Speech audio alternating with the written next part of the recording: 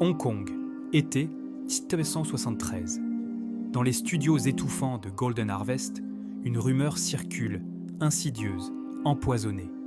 Bruce Lee, la nouvelle superstar venue d'Amérique, serait-il vraiment un combattant authentique ou simplement un acteur charismatique sachant vendre des coups de poing devant une caméra?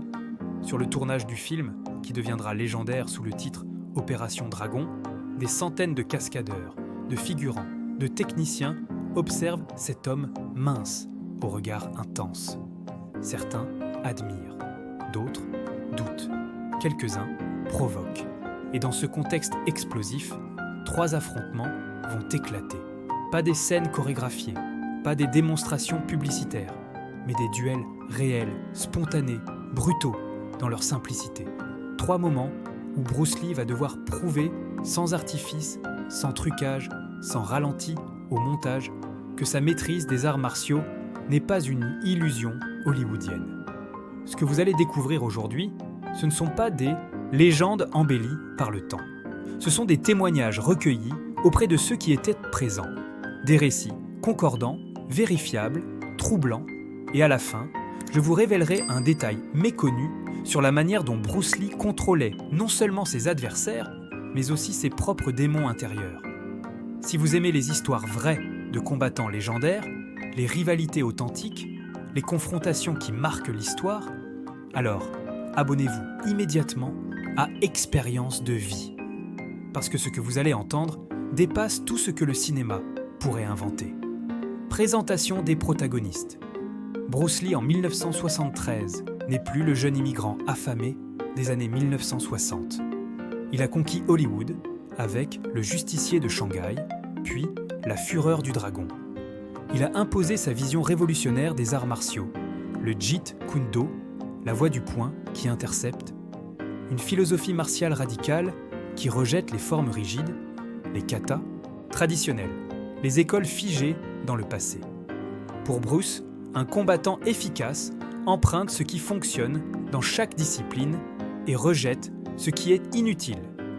Boxe occidentale pour le jeu de jambes, Wing Chun pour les frappes rapides, escrime pour les attaques directes, judo pour le contrôle. Tout ce qui marche en combat réel mérite d'être étudié. Tout ce qui ne sert qu'à l'esthétique doit être abandonné. Cette approche pragmatique choque les traditionalistes. À Hong Kong, où les lignées de maîtres remontent à plusieurs siècles, où le respect des anciens est sacré, Bruce Lee apparaît comme un iconoclaste, un perturbateur, peut-être même un traître. Face à lui sur le plateau d'Opération Dragon, des dizaines de cascadeurs hongkongais formés dans les écoles classiques. Certains ont passé 20 ans à perfectionner un seul style. Ils connaissent chaque forme, chaque posture, chaque technique transmise de génération en génération. Pour eux, Bruce Lee est un hybride suspect, trop américanisé, trop moderne, trop arrogant dans ses certitudes. Alors quand les tensions montent, quand les murmures deviennent accusations, quand les regards deviennent défis, quelque chose doit se produire. Et ce quelque chose va prendre la forme de 3 affrontements qui resteront gravés dans la mémoire de tous les témoins. Contexte, tension, rivalité. Le tournage de Opération Dragon représente un enjeu colossal. C'est la première coproduction majeure entre Hollywood et Hong Kong. Warner Brothers investit massivement. Golden Harvest mise tout sur ce film. Pour la première fois dans l'histoire du cinéma américain, un acteur asiatique tient le rôle principal d'un blockbuster d'action.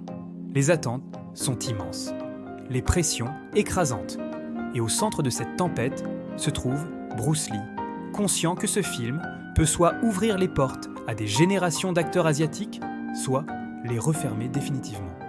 L'échec n'est pas l'échec, une option. Le contexte culturel complique encore les choses. Dans le Hong Kong des années 1970, les plateaux de tournage fonctionnent selon des codes stricts. Hiérarchie, respect des anciens, loyauté envers son école martiale.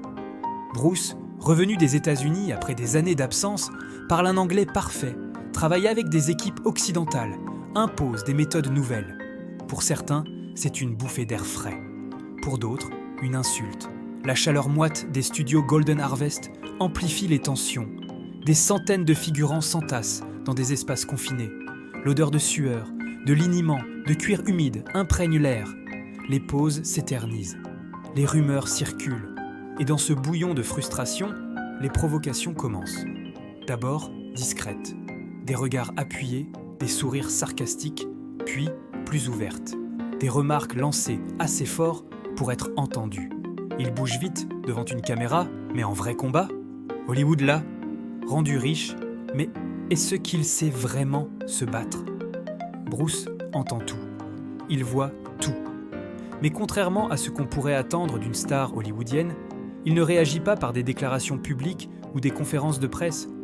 Il va répondre de la seule manière qui compte vraiment pour un artiste martial, en montrant. Déroulement détaillé des événements. Premier affrontement, l'interception. Le premier challenger n'est pas le plus dangereux, c'est le plus bruyant. Un jeune cascadeur, nerveux, désireux d'impressionner ses pairs, lance la provocation un peu trop fort. Entre deux prises, alors que Bruce ajuste sa posture pour une scène, l'homme lâche la phrase fatale devant une dizaine de témoins, stars de cinéma, pas un vrai combattant. Le silence se fait. Tous les regards convergent vers Bruce. Va-t-il ignorer l'insulte ? Va-t-il répondre par des mots ? Ni l'un ni l'autre. Sans élever la voix, sans dramatiser, Bruce lève simplement les yeux vers le jeune homme et d'un geste calme l'invite à descendre sur le tapis d'entraînement. Pas de caméras, pas de témoins officiels, juste deux hommes et la vérité. Ce que racontent ceux qui étaient présents est presque décevant pour quelqu'un qui s'attend à un spectacle hollywoodien. Le jeune cascadeur lance une première attaque, rapide, technique, issue de son entraînement traditionnel. Bruce ne recule pas. Il coupe simplement l'angle. En un mouvement fluide, presque invisible, il dévie le bras de son adversaire, glisse sur le côté et place une frappe contrôlée qui s'arrête à quelques millimètres du visage. Stop. Fin de l'échange. Pas d'humiliation, pas de discours moralisateur, juste une démonstration clinique de ce que signifie l'interception. Le jeune homme n'a même pas eu le temps de comprendre ce qui s'était passé. Son attaque a été neutralisée avant même d'atteindre sa cible. Bruce ne l'a pas dominé par la force. Il l'a simplement devancé par le timing. Ce premier affrontement illustre le cœur du Jeet Kune Do. Ne pas attendre l'attaque pour réagir, ne pas bloquer puis contre-attaquer, mais intercepter l'intention au moment précis où elle se manifeste. En boxe, on parlerait d'un jab d'arrêt, en escrime, d'une parade riposte, simultanée. Bruce avait étudié ces disciplines, les avait décortiquées et les avait intégrées dans son propre système. Le résultat était une vitesse et une précision qui défiaient la compréhension des combattants formés uniquement dans les styles traditionnels. Le jeune cascadeur s'incline, non pas vaincu, mais convaincu. Sur le plateau, le message est passé. Bruce Lee ne parle pas, il démontre. Deuxième affrontement, le cercle de contrôle. Mais un premier exemple ne suffit pas toujours. Certains observateurs murmurent que c'était trop rapide, trop facile, que le jeune homme était inexpérimenté, qu'un vrai test nécessiterait un adversaire plus compétent. Et parmi les cascadeurs, présents se trouve justement un tel homme, plus âgé, plus expérimenté, issu d'une lignée martiale, respectée. Il ne cherche pas à humilier Bruce, il veut simplement vérifier si la réputation correspond à la réalité. Il s'approche, salue respectueusement à la manière traditionnelle, poing fermé dans la paume ouverte, et exprime son souhait d'échanger quelques techniques. Bruce accepte immédiatement, mais au lieu de commencer directement, il fait quelque chose d'inattendu. Il trace un cercle à la craie sur le sol. Un petit cercle, à peine 1,50 m de diamètre. Puis, il regarde son adversaire et énonce les règles.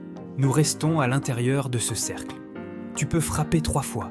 Si tu me fais sortir, tu gagnes. Après tes 3 coups, je frappe une fois. Le silence qui suit cette déclaration est absolu. 3 coups contre 1. L'équation semble déséquilibrée, mais pas dans le sens que tout le monde imagine. Le cascadeur s'élance. Premier coup, un direct puissant visant le torse. Bruce ne recule pas. Il glisse sur le côté, un mouvement minimal, à peine perceptible. Le poing passe dans le vide. Deuxième coup, un crochet circulaire. Bruce le guide avec son avant-bras, redirigeant la force sans opposition frontale, comme l'eau détourne un rocher. Troisième coup, une frappe désespérée, instinctive plutôt que technique. Et là, Bruce répond. Une seule frappe, courte, directe, explosive. Un son sec traverse l'espace. L'homme ne tombe pas, mais il s'arrête net, les yeux écarquillés.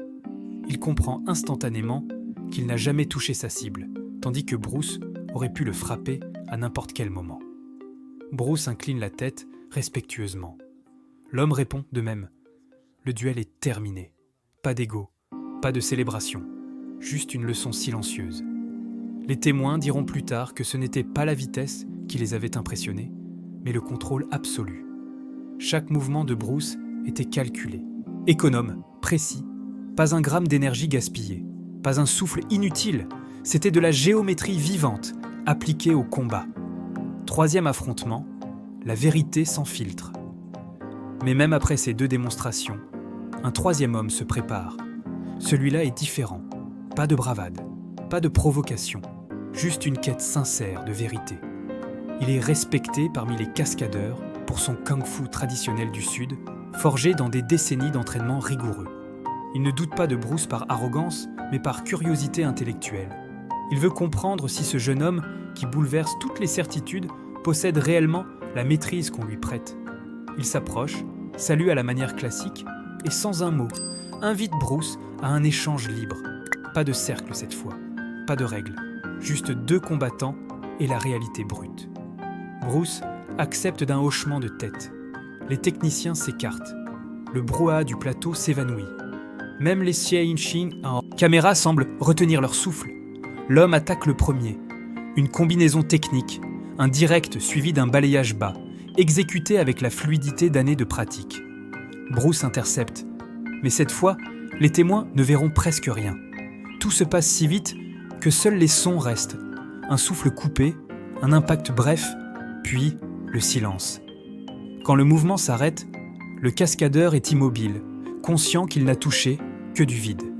Bruce, lui, n'a pas bougé de plus d'1 mètre. Sa respiration est calme. Son regard paisible. Il s'incline. L'autre répond. Fin de l'échange. Pas de spectateurs applaudissant. Pas de commentaires. Mais tout le plateau comprend. À cet instant précis, plus personne ne doute. Bruce Lee n'est pas un acteur jouant au combattant. C'est un combattant qui accepte de jouer devant une caméra. Analyse, conséquences. Ces 3 affrontements, bien que brefs, révèlent l'essence même de la philosophie de Bruce Lee. Le premier combat illustre l'interception, neutraliser une attaque avant qu'elle n'atteigne sa pleine puissance. Le deuxième démontre le contrôle spatial et émotionnel, dominer l'espace sans force brute, rester maître de soi sous pression. Le troisième incarne la simplicité absolue, éliminer tout mouvement superflu pour ne garder que l'essentiel. 3 leçons, 3 étapes vers la maîtrise complète. Bruce répétait souvent à ses élèves, ce n'est pas l'ajout quotidien qui compte, mais la réduction quotidienne. Enlever ce qui est inutile. Ces combats réels sur le plateau de Opération Dragon étaient l'incarnation vivante de ce principe.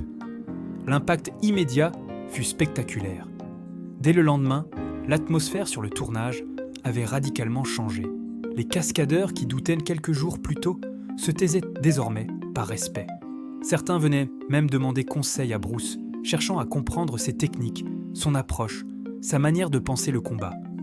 Bruce répondait patiemment, corrigeait les postures, expliquait les principes biomécaniques, partageait ses connaissances sans arrogance.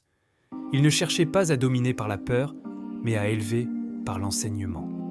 L'autorité qu'il avait gagnée n'était pas imposée par la force, mais reconnue par la compétence. Bob Wall, acteur et ami de Bruce, dira plus tard « Bruce pouvait nous battre tous facilement, mais ce n'était pas ça qui impressionnait. C'était sa capacité à s'arrêter au bon moment, à frapper juste assez pour montrer, jamais pour détruire. » Sur le plan philosophique, ces combats illustrent une vérité fondamentale que Bruce avait comprise. Le vrai adversaire n'est jamais celui qui se tient devant vous. C'est votre propre ego, vos propres peurs, vos propres limitations mentales.